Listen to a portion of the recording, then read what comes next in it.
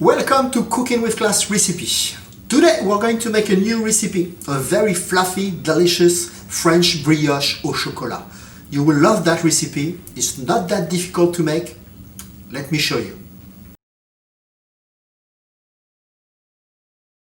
Welcome to Cooking with Class recipes. My name is Eric Frodo. I'm a chef. I've been a chef for 30 years, so I've been cooking a lot. With my wife, we own a cooking school in Paris for 13, 14 years now, and we also hold cooking classes in Uzès and soon to come in Seville. On this series of cooking classes that we're going to put online for you guys, we're going to use a lot of fresh vegetables. It will be fantastic for you to cook for your family. Some of them will be easy and fast and quick for quick lunch, quick dinner. Some of them will be a little bit more complicated, more sophisticated maybe, more challenging for you, but that's also the purpose, is to get to be a better cook. After you've watched the video, something you don't understand, you can always come back to it. So we're going to provide to you some recipes, some footage, a lot of things to watch on the internet.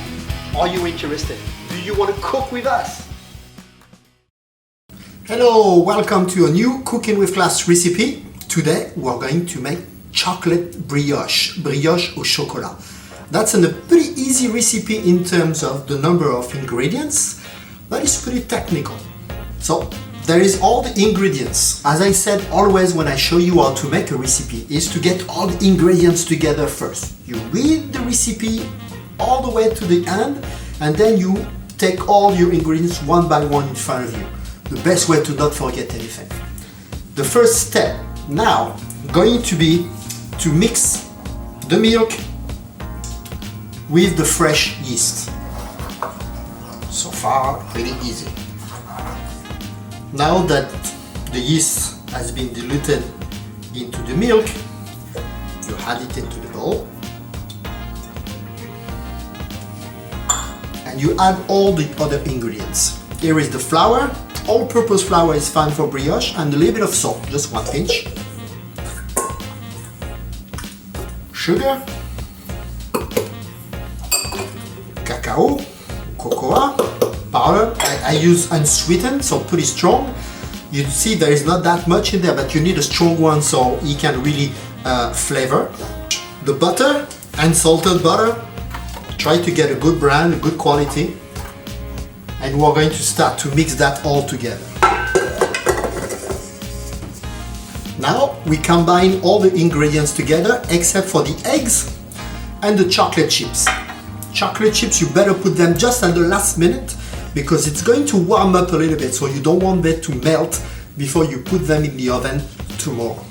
So we are using the paddle. The paddle is going to be used to make the brioche by turning all the ingredients beside the eggs and the chips for about like 2 or 3 minutes.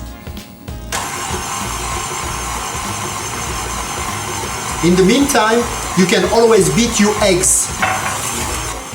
Just like an omelette, nothing complicated.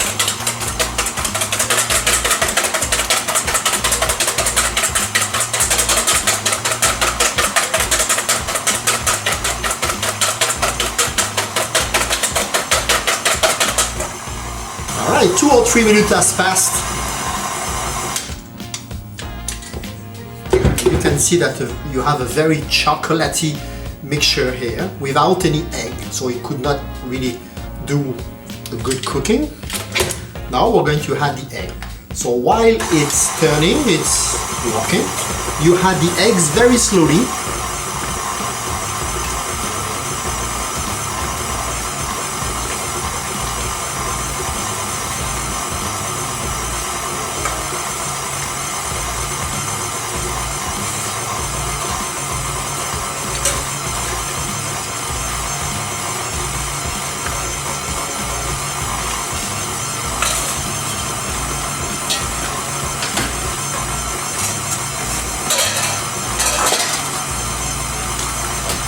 So when you have added the eggs, you're going to let it on the fastest speed for 2 minutes, maybe 3 minutes max.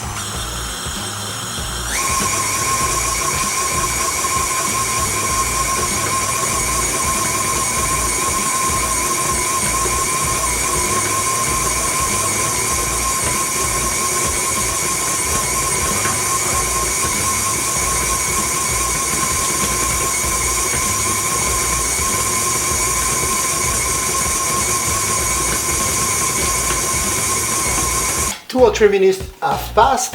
You have brioche au chocolat. Now we're going to put it in the bowl to reserve all night long. But before we need to add those chocolate chips, right? So you put them in there, and with your hand, you fold. You can do it on the table also. It's not a bad idea. So you incorporate those chips inside. If it's too wet, add a little bit of this, but normally it's pretty good. I like the dough I see. It's elastic, but not too much. You don't want to work it too much or too long with your warm hands to not have the butter starting to melt. This is just perfect. Well, now we're going to put it overnight in the fridge to get some flavor. The fermentation gives you flavor, and you put it in the fridge. Here we go. Now we see each other tomorrow for the finishing or the finished product. Welcome back to your brioche au chocolat recipe lesson today. The dough has rested overnight in the fridge, so it was pretty firm. I took it out of the fridge for maybe half an hour to get back to room temperature. And now we're going to cut it in small pieces. We're going to make some little ball that going to fit into those cupcake pans if you want. To make your bowl, you need a little bit of flour so they don't stick to your finger. Don't put too much. And you make a round shape. Now you cut it in half, in 4. So you have 8 very even quantity. So we take one part of it, a little bit of flour, and we're just going to give it a shape of a ball without pressing too much. You don't want to deflate, you know, that gas that you gain all night by the fermentation in the fridge. You don't want to lose it. There you go. You have a little mushroom like this. The seal is in the bottom part of it, and we're going to put them in there. I put a little bit of grease, you know, those ones that you got to spray, just in case. Those cupcake cup normally don't stick to it, but you never know. So just by, you know, to be sure, you better do it. I'll show you another one. So take it like this, give it back the shape of a round brioche. And this is the action that you want to do. You will see that a lot if we make a lot of bread in those cooking with class recipes. We put it in there. All right, so I'm going to finish that. We're going to let them rise for 1 hour and 30 minutes. It's pretty long, but this is a heavy dough because of the chocolate, because of the butter and everything that it has in there. You need more time than bread to rise. The best is to put it in your oven and to add like a pot or something in the bottom of the oven with hot water. So every 45 minutes you add some new water that you boil into a kettle.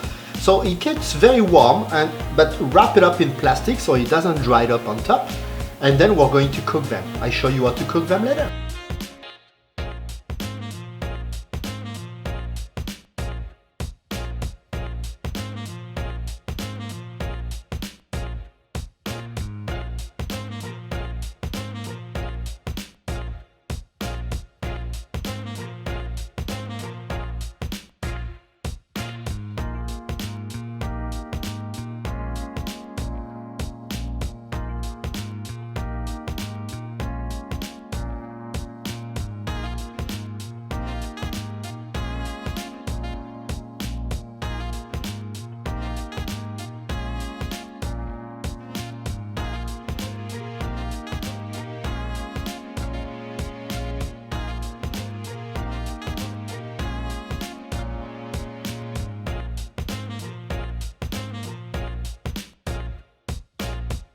One hour and 30 minutes has passed since we have finished and shaped the small brioche. We're going to add a little bit of dorure, which is just a mix of eggs, all eggs, sorry, and heavy cream. When you pour on top you just do a little bit, and you do very careful to not put too much on the side. Just like this. Go. Then your oven is on at 165 Celsius with 325 Fahrenheit, so not very high, because you don't want them to get coloration before they are fully cooked, right? Which is mostly true for any bakery you do. We have the tendency to bake on too high heat. Here we go.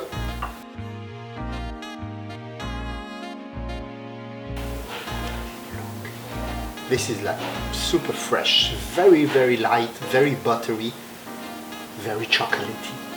Enjoy!